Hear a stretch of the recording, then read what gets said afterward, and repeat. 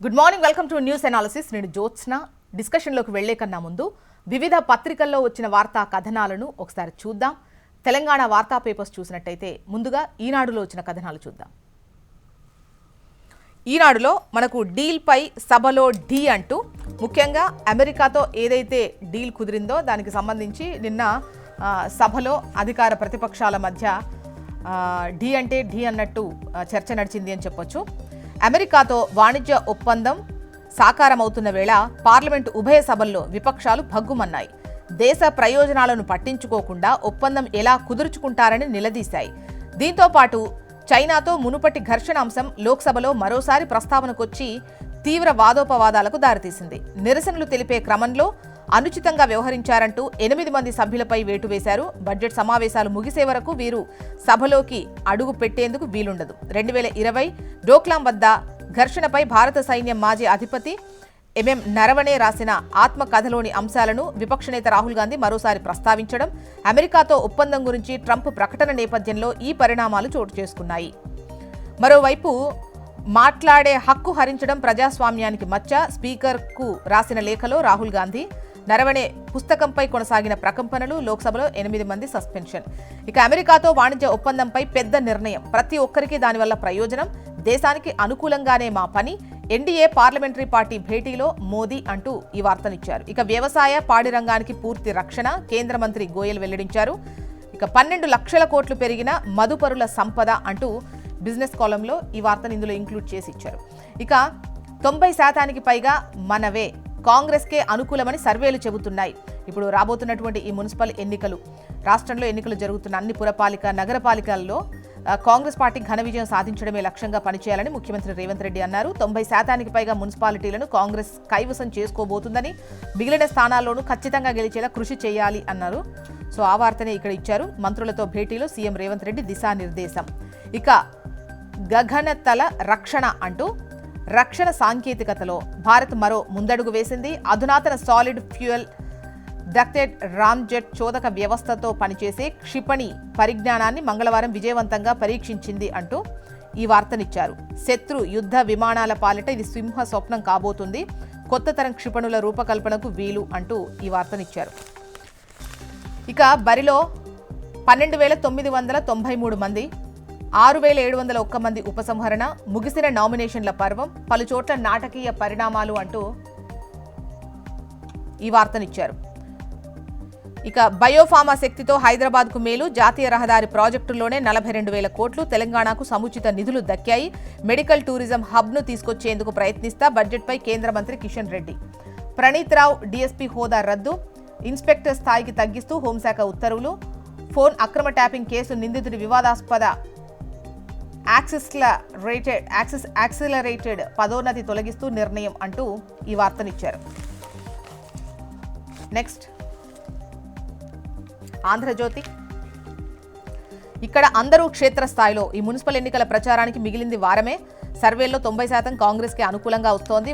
పోల్స్ను ప్రతిష్టాత్మకంగా తీసుకోండి అని చెప్పేసి నిన్న భేటీలో సీఎం రేవంత్ రెడ్డి దిశానిర్దేశం చేసిన విషయాన్ని ఇక్కడ ప్రస్తావించారు.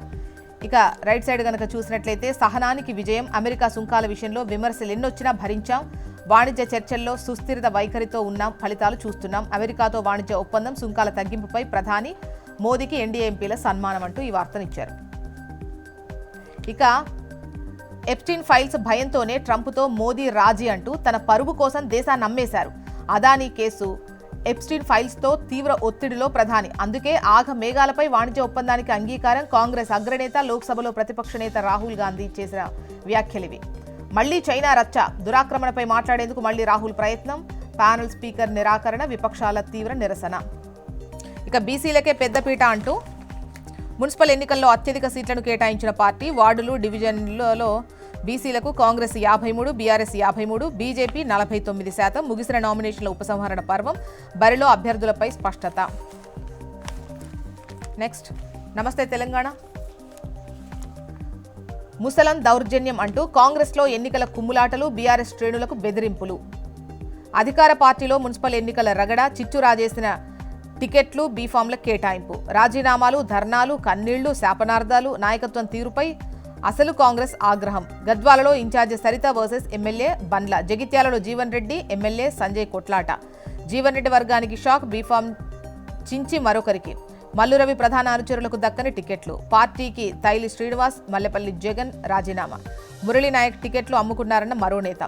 జనగామలో ధర్నాకు దిగిన కాంగ్రెస్ ఆశావహులు అంటూ కాంగ్రెస్లో ఎన్నికల కుమ్ములాటలు అంటూ ఈ వార్తనిచ్చారు. మరోవైపు బీఆర్ఎస్ శ్రేణులను బెదిరిస్తున్నారు అని మరో వార్తను ఇందులో ఇంక్లూడ్ చేస్తూ ముసలం దౌర్జన్యం అన్నటువంటి లైన్తో ఈ వార్తనిచ్చారు. ఇక ఏపీ వార్తా విశేషాలు చూద్దాం.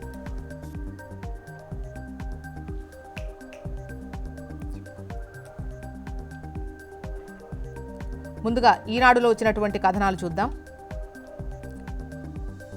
సుబ్బారెడ్డి, ధర్మారెడ్డి, సింఘాల్ కల్తీ పాపం వీరిదే అంటూ బాధ్యుల అభిప్రాయం తెలుసుకునేందుకు ప్రత్యేక కమిటీ, వాటికి అనుగుణంగా తదుపరి చర్యలు. మంత్రులు పయ్యావుల కేశవ్, నాదెండ్ల మనోహర్, పార్థసారథి, సత్యకుమార్ వెల్లడి. భగీరథ యత్నం చివరి దశలో పోలవరం అంటూ సవాళ్లను అధిగమించి వేగంగా ప్రాజెక్టు పనులు జరుగుతున్నాయి. పూర్తి కావచ్చింది కొత్త డయాఫ్రామ్ వాల్ అంటూ ఈ వార్తనిచ్చారు. ఇప్పటికే బట్రస్ డ్యాం పూర్తయింది. సిపిఐ సమస్య పరిష్కారంతో వరద రోజుల్లోనూ ఆగని పనులు. ప్రధాన డ్యాం పూర్తి చేసే పనులు ప్రారంభమయ్యాయి. కుడి ఎడమ కాలువల అనుసంధానం వేగవంతమవుతోంది. ఏడాదిన్నరలో ఎంతో పురోగతి సాధించాం. కొత్త ప్రభుత్వంలో ఇప్పటికే 4,747 కోట్లు ఖర్చు చేశామంటూ ఈ వార్తనిచ్చారు. ఇక వాణిజ్య ఒప్పందంపై ఉభయ సభలు భగ్గుమన్నాయి అంటూ ఈ వార్తనిచ్చారు. అమెరికాతో ప్రధాని రాజీ పడ్డారు. రైతు కష్టాన్ని అమ్మేశారు అని చెప్పేసి విపక్షం ధ్వజమెత్తింది అంటూ ఈ వార్తనిచ్చారు. నెక్స్ట్ ఆంధ్రజ్యోతి. సూత్రధారులను వదలద్దు అంటూ ఈ వార్తనిస్తూ కల్తీ నెయ్యిపై మంత్రుల ముక్త కంఠం. సిట్ లేఖపై కేబినెట్లో సుదీర్ఘ సమాలోచనలు జరిగాయని వార్తనిచ్చారు. మరోవైపు సహనానికి విజయం అంటూ అమెరికా సుంకాల విషయంలో విమర్శలు ఎన్నొచ్చినా భరించాము. వాణిజ్య చర్చల్లో సుస్థిర వైఖరితో ఉన్నాము. ఫలితాలు చూస్తున్నాము అని చెప్పేసి అటు అమెరికాలో వాణిజ్య ఒప్పందం సుంకాల తగ్గింపుకు సంబంధించి ప్రధాని అన్న విషయాన్ని ఇక్కడ ప్రస్తావించారు. నెక్స్ట్ సాక్షి. రెడ్ బుక్కే రాజ్యాంగం, నేనే సుప్రీం. రాజ్యాంగ విరుద్ధ చర్యలతో కుట్రలకు చంద్రబాబు పదును పెడుతున్నారు అంటూ ఈ వార్తనిస్తూ నిర్భీతిగా సుప్రీంకోర్టు ఆదేశాలను ధిక్కరిస్తూ లడ్డూపై బాబు మళ్లీ సొంత విచారణ, దేశ చరిత్రలోనే కనీ విని ఎరుగని దుస్సాంప్రదాయానికి నాంది అంటూ శ్రీవారి లడ్డూ ప్రసాదం పవిత్రతను దెబ్బతీసే కుతంత్రం ఇది అంటూ ఈ వార్తనిచ్చారు. ఇక అమెరికాతో ఒప్పందంతో ప్రతి ఒక్కరికి లబ్ధి అని అంటున్నారు ప్రధాని. మొత్తానికి ఇవి ఇవాళ వివిధ పత్రికల్లో వచ్చినటువంటి వార్తా కథనాలు. ఇప్పుడు ఒక చిన్న బ్రేక్ తీసుకుందాం. బ్రేక్ తర్వాత డిస్కషన్లోకి వెళ్దాం. Stay tune.